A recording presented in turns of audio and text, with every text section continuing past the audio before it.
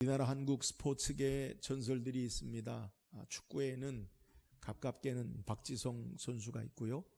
조금 멀게 우리에게 스포츠계의 축구계의 전설이라고 하면 차범근 선수가 있어요.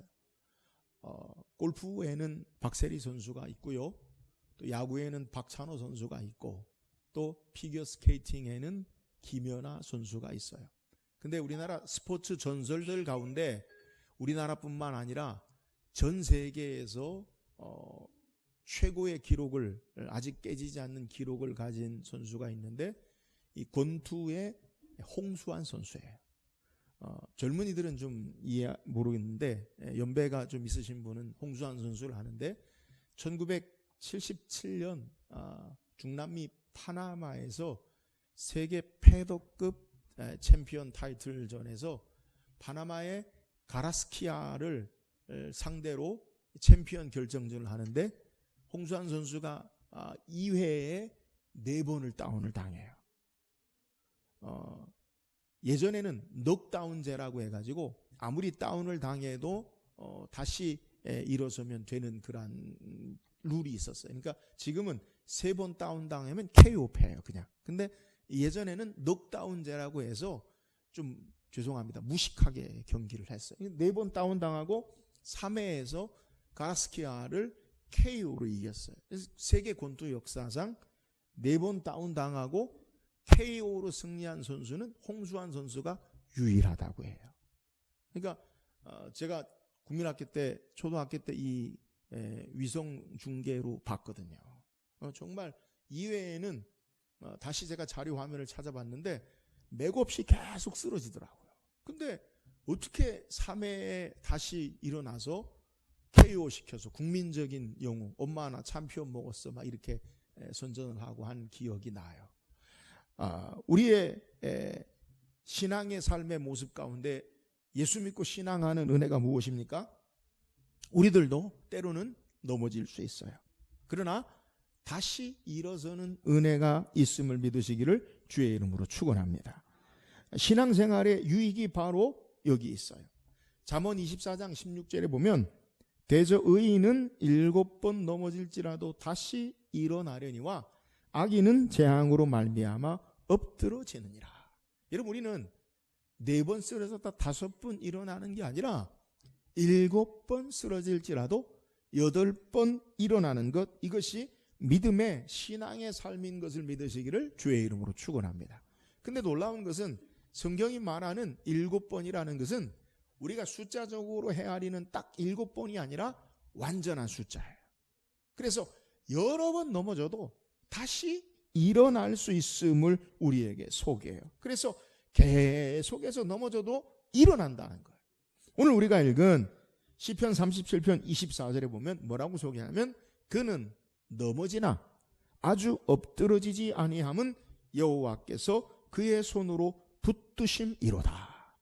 여러분, 우리가 어떻게 넘어져도 다시 일어날 수 있습니까? 여호와께서 그의 손으로 붙잡아 주심을 믿으시기를 주의 이름으로 축원합니다. 그러니까 신앙의 사람들은 하나님이 붙들어 주시기 때문에 우리가 넘어져도 다시 일어날 수 있음을 우리에게 소개하는 거예요. 사랑하는 여러분, 2020년 새해 우리가 첫 달이 지나고 둘째 달을 맞이했는데 우리에게도 넘어질 때는 있어요. 우리의 삶에 힘겨워서 넘어질 때 있어요. 그러나 기억하십시오. 하나님께서 우리를 붙잡아 주심으로 다시 일어설 수 있음을 믿으시기를 주의 이름으로 축원합니다. 저는 말씀을 통해서 여호와께서 붙들어 주시는 그의 은혜가 무엇인지 오늘 말씀을 묵상하고 오늘 7전 8기 승리하는 신앙의 삶을 사는 저와 여러분 되기를 주의 이름으로 축원합니다. 오늘 우리가 읽은 시편 37편은 다윗이 지은 찬양의 시예요. 하나님 앞에 기도가 있는 찬양의 시인데 왜 이 시편을 지었느냐? 다윗의 그의 신앙의 경험을 통해 악인의 형통함을 통해서 불평하는 자들에게 자신의 경험을 보니까 악인의 형통을 불평하고 원망하고 있을 일이 아니라는 거예요. 악인이 번영, 잘 되어지는 성공이 영원하지 못함을 알고 참된 의인의 신앙이 바른 신앙이요 영원하다라는 것을 소망으로 말하고 있는 내용이 시편 37편의 내용이에요. 그래서 악인과 의인을 대조해서 악한 자들의 본영과 형통한 것처럼 보이는 것으로 낙심하고 실망하지 말아라. 그리고 참된 의인의 신앙의 삶을 너희들이 살아야 한다. 그 이유가 뭐냐?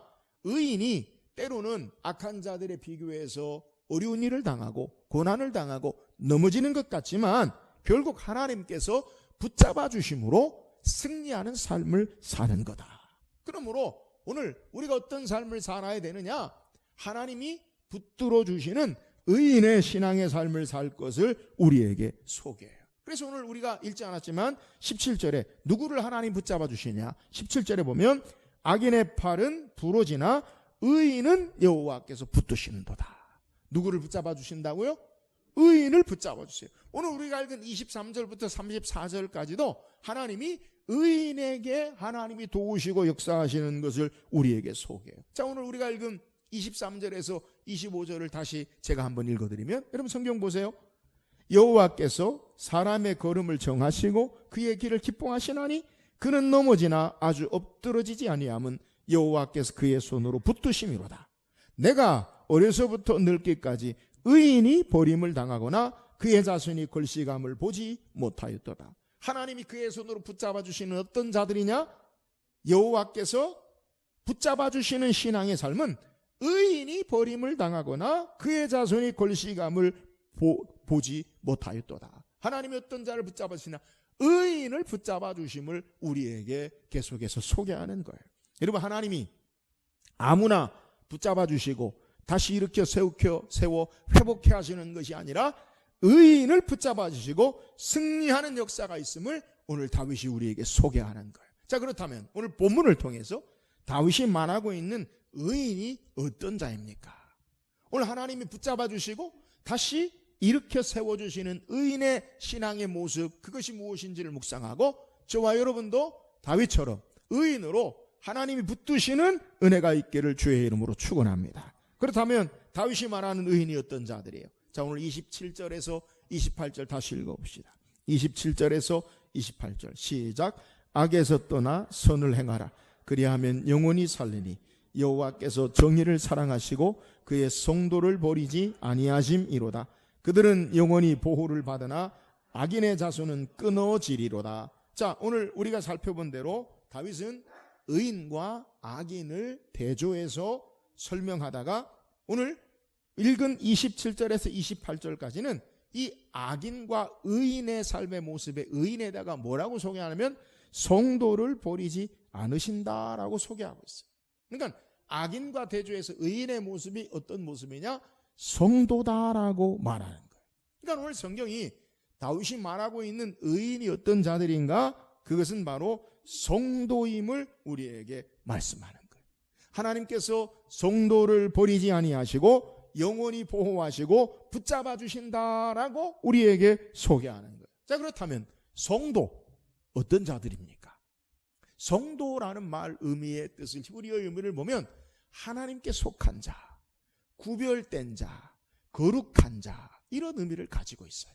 그러니까 성도는 하나님께서 구별하여 택하시고 거룩해 하신 그 백성들이, 하나님의 백성들이 바로 성도라고 우리에게 말하고 있는 거예요. 그러면 우리가 어떻게 성도가 될 수 있습니까? 히브리서 13장 12절에 보면 그러므로 예수도 자기 피로써 백성을 거룩하게 하려고 성문 밖에서 고난을 받으셨느니라. 예수님이 십자가의 보혈의 피로 고난 받으신 이유가 뭐냐? 우리를 거룩하게 하시려고 고난 받으셨다. 예수 그리스도의 피로 거룩해 된 백성이 바로 구별된 자요, 하나님께 속한 자요, 성도라는 사실을 우리에게 소개하는 거예요. 그러니까 하나님은 예수 그리스도의 피로 거룩한 자, 주께서 성결케 한 그의 백성을 의인으로 붙잡아 주심을 소개해요. 여러분, 우리가 가는 하나님 나라 천국의 모습이 어떤 자들이 천국을 들어갈 수 있습니까? 계시록 7장 14절에 보면 내가 말하기를 내 주여 당신이 하시나이다 하니 그가 나에게 이르되 이는 큰 환난에서 나오는 자리인데 어린 양의 피에 그 옷을 씻어 희게 하였느니라. 여러분, 하나님 나라는 어린 양 예수 그리스도의 피에 그 옷을 씻어 빨아서 희게 한 거룩한 백성들이 사는 것이 바로 천국이라는 거예요. 예수님으로 정결한 자들이 하나님께 속한 자요, 하나님 나라의 백성이요, 거룩한 자들이요, 성도임을 우리에게 소개하는 거예요. 결국 우리가 성도되는 것은 예수 그리스도의 피, 그의 은혜로 값없이 베푸시는 은혜로 하나님께 속한 자가 되어지고 하나님의 자녀가 되어지고 하나님이 구별된 거룩한 백성 되어짐을 우리에게 소개하는 거예요. 여러분, 우리가 은혜로, 주의 은혜로, 그리스도의 피의 공로로 말미암아 하나님의 거룩한 백성, 성도가 되어짐을 믿으시기를 주의 이름으로 축원합니다. 하나님이 예수 그리스도를 십자가에 죽이시기까지 우리를 사랑하셔서 하나님의 것으로, 하나님의 백성으로, 하나님의 자녀로, 하나님께 속한 자로, 성도로 부르셨기 때문에 우리는 넘어지지만 엎드러지지 않도록 주께서 붙잡아 주심을 우리에게 증거하는 거예요. 하나님께 속한 자이기에 하나님이 가장 귀한 예수 그리스도를 우리에게 다 내어주시고 우리를 사랑하사 하나님의 소유로 삼으셨기 때문에 우리를 결단코 악한 사탄에 내어주지 아니하고, 우리가 때로는 넘어지지만 주께서 붙잡아 주심으로 다시 일으켜 세우심을 우리에게 소개하는 거예요. 하나님을 떠나 인생의 실패와 저주와 사망의 삶을 끊으시고 예수 그리스도께서 우리에게 오셔서 우리를 승리케 하신 역사로 말미암아 주님이 우리와 함께 하시고 주께서 능력의 손으로 붙잡아 주심을 우리에게 소개하는 거예요. 그러므로 우리가 이 땅에서 넘어져도 다시 일어날 수 있는 은혜가 뭐냐? 성도로 살아야 돼. 하나님께 속한 자로 살아야 돼요. 하나님께로 말미암아 거룩한 백성으로 살아야 돼요. 그래야 주님이 우리를 붙잡으시고 승리케 하시는 역사가 있음을 우리에게 소개하는 거예요. 사랑하는 여러분, 세상에 속한 자가 아니라 하나님께 속한 자로 살고, 세상의 삶의 모습이 아니라 하나님의 거룩한 백성의 삶으로, 은혜로 신앙함으로 하나님이 붙잡아 주시는 능력에 승리하는 삶을 사는 저와 여러분 되기를 주의 이름으로 축원합니다. 또한 하나님께서 어떤 자를 붙잡아 주십니까? 오늘 30절 31절 읽어보세요. 30절 31절 시작. 그의 마음에는 하나님의 법이 있으니 그의 걸음은 실족함이 없으리로다. 자, 의인의 모습을, 하나님이 의인은 붙잡아 주시는데 그 의인의 모습을 다윗은 뭐라고 소개하냐면 30절 31절에 의인의 입은 지혜로우며 그의 혀는 정의를 말하며 그의 마음에는 하나님의 법이 있으니 그의 걸음은 실족함이 없으리로다. 여러분, 이 본문의 내용을 잘 살펴보세요. 바울은 로마서에 사람이 마음으로 믿어 의에 이르고 입으로 시인하여 구원에 이르느니라. 그러니까 마음에 믿은 것을 입으로 고백하는 거예요. 자, 오늘 본문의 내용도 동일해요. 그의 입이 뭘 이야기하냐면 의인은 입이 어떻다고요? 지혜롭다. 또 의인의 혀는 정의를 말한다. 그러니까 입이 지혜를 말하고 정의를 말하는데 왜 그렇게 말하느냐? 그의 마음에 뭐가 있기 때문이냐면 하나님의 법이 있기 때문에. 그러니까 하나님의 법이 그의 마음에 있어서 입으로 지혜와 정의를 말하고, 그리고 그의 걸음, 행동이 넘어지고 실족하지 않는 삶을 산다라는 것을 소개하는 거예요. 결국 마음에, 의인은 마음에 뭐가 있어야 되느냐? 하나님의 법이 있는 자가 의인임을 우리에게 소개하는 거예요. 여러분, 하나님의 법이 뭡니까? 히브리어로 토라라고 하는데 좁은 의미는 율법, 넓은 의미는 하나님의 말씀을 우리에게 소개하는 거예요. 그러니까 하나님의 말씀이 어디에 있어요?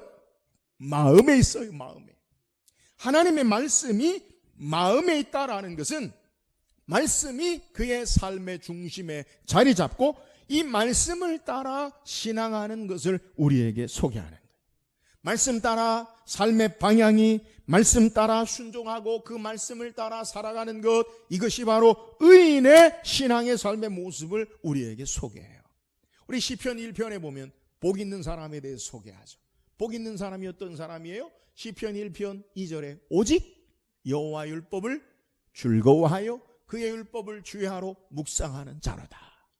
여러분, 복 있는 사람, 참된 축복의 사람은 무엇을 가지고 소유하고 누리고 그것을 사는 삶이 참된 복이 아니라 여호와의 말씀을 즐거워하고 그 말씀을 주야로 밤이든지 낮이든지 그 말씀 따라 사는 삶이 복된 삶인 줄 믿으시기를 주의 이름으로 축원합니다.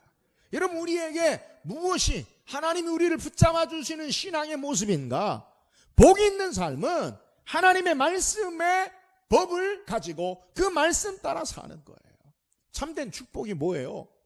말씀이 그 마음에 있는 자, 그 말씀을 따라 사는 자가 축복된 신앙인 것을 믿으시기를 주의 이름으로 축원합니다.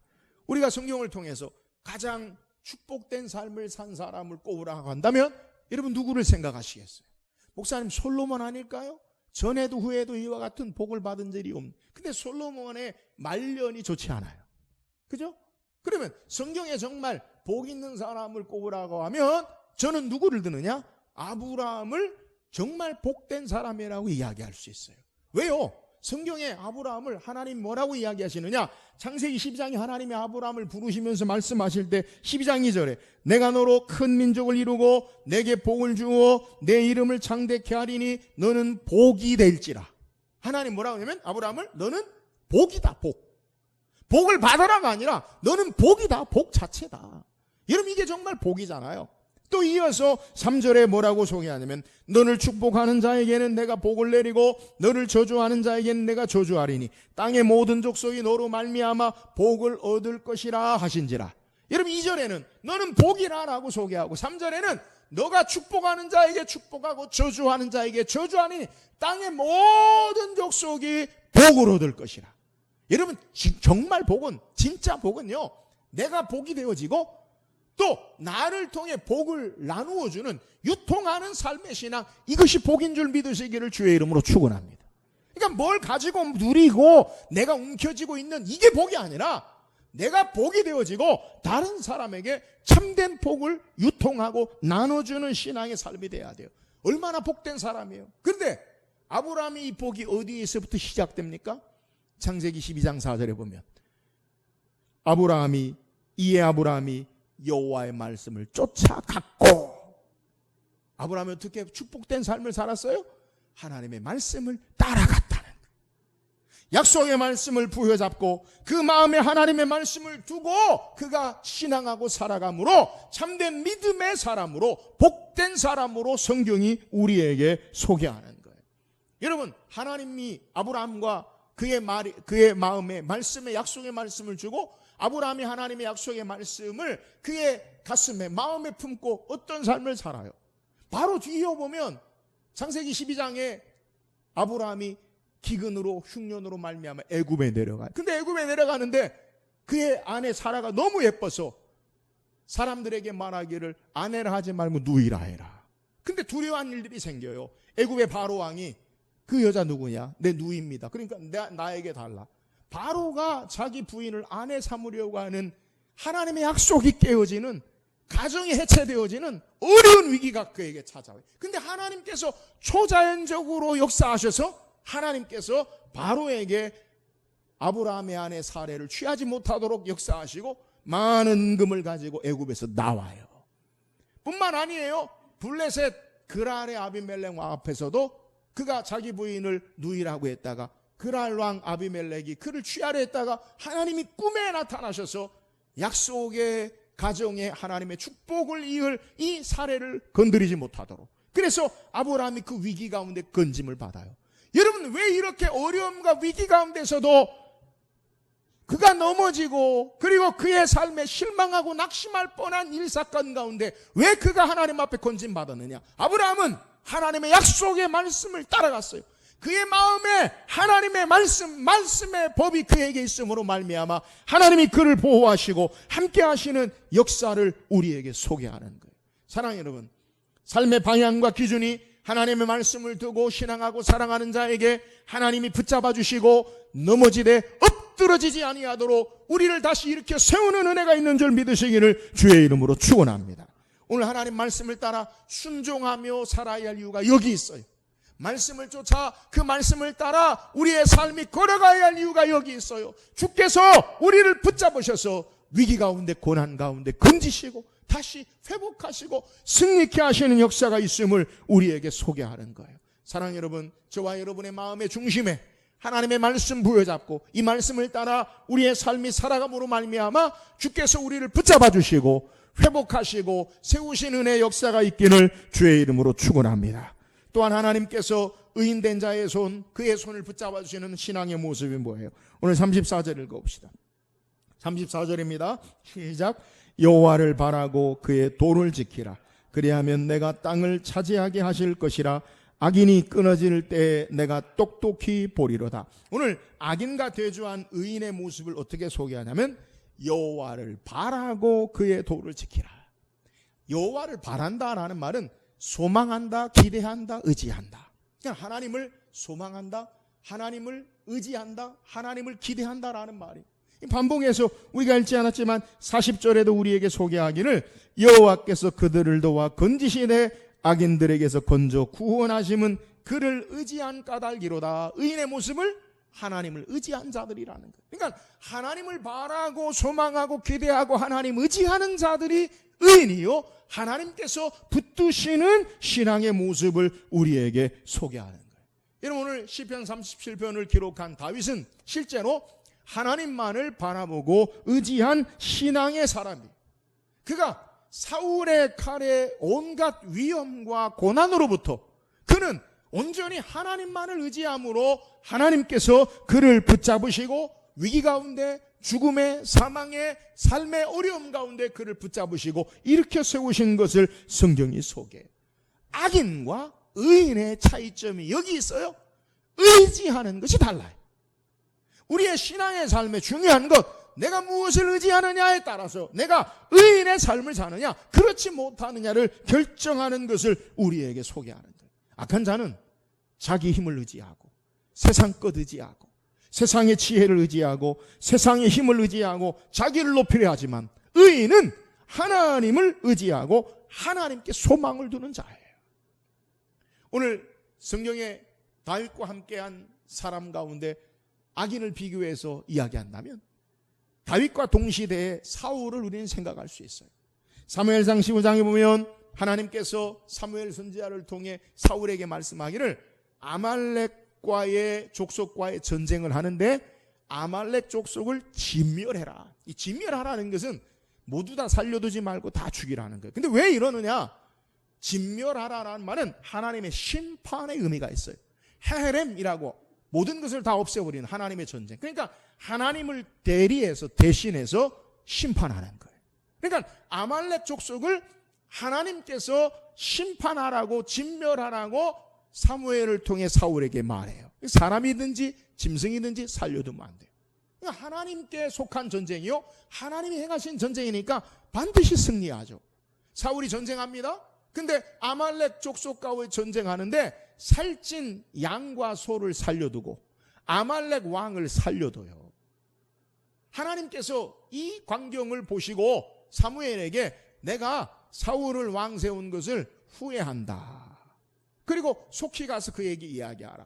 사무엘이 사울에게 찾아가요. 근데 이 사울을 만나려고 갈 때 사울이 그곳에 없어요. 사무엘상 15장 12절에 보면 사무엘이 사울을 만나려고 아침에 일찍 일어났더니 어떤 사람이 사무엘에게 말하 이르되 사울이 갈멜에 이르러 자기를 위하여 기념비를 세우고 발길을 돌려 길갈로 내려갔다 하는지라. 사울이 뭐 했느냐? 자기를 위하여 기념비를 세워요.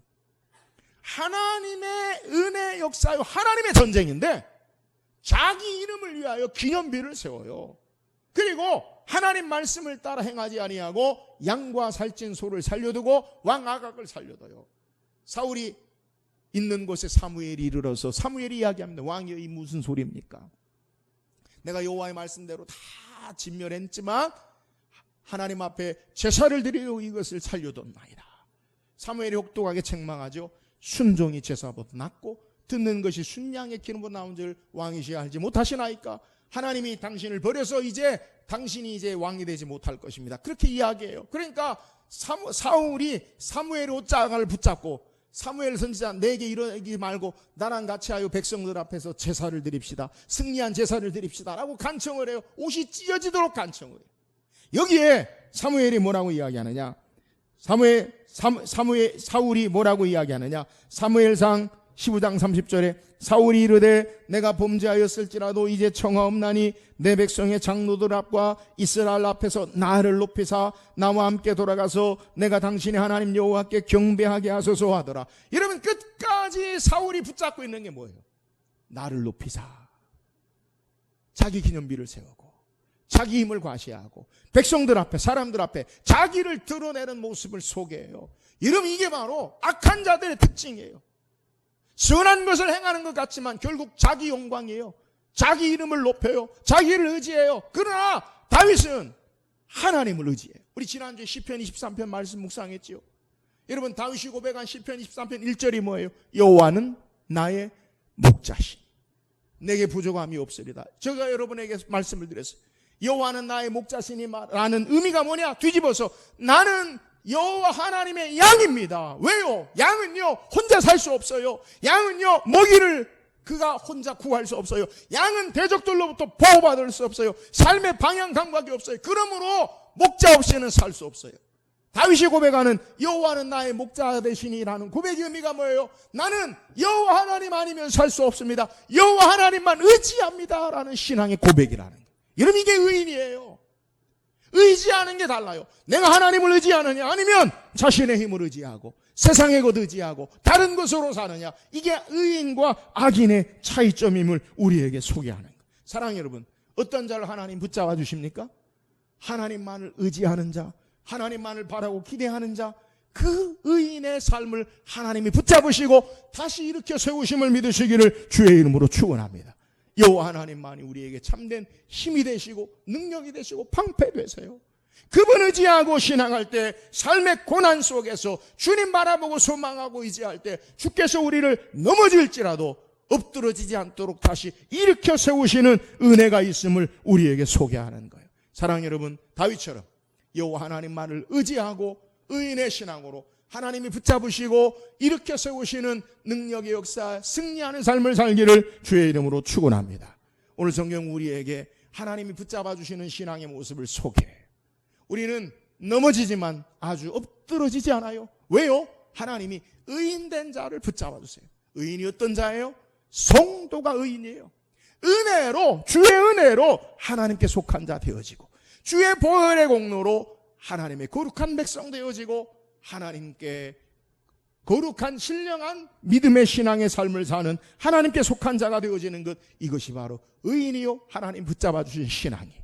오늘 우리가 하나님께로 속한 자로, 우리가 성도로 이 땅의 삶을 삶으로 하나님이 붙잡아 주신 은혜가 있기를 주의 이름으로 축원합니다. 의인이 어떤 자예요? 그 마음에 하나님의 법이 있는 자예요. 말씀 따라 살아요. 그 말씀 부여잡고 살아요. 어려움 당하고 고난이 있을지라도 주께서 말씀 따라 사는 자를 붙잡으시고 일으켜 세워주시는 귀한 은혜의 역사가 있는 줄 알고 하나님 말씀을 마음에 두고 의인된 삶을 살기를 주의 이름으로 축원합니다. 어떤 자가 의인이에요? 하나님 바라보고 의지하고 신앙하는 자가 의인이에요.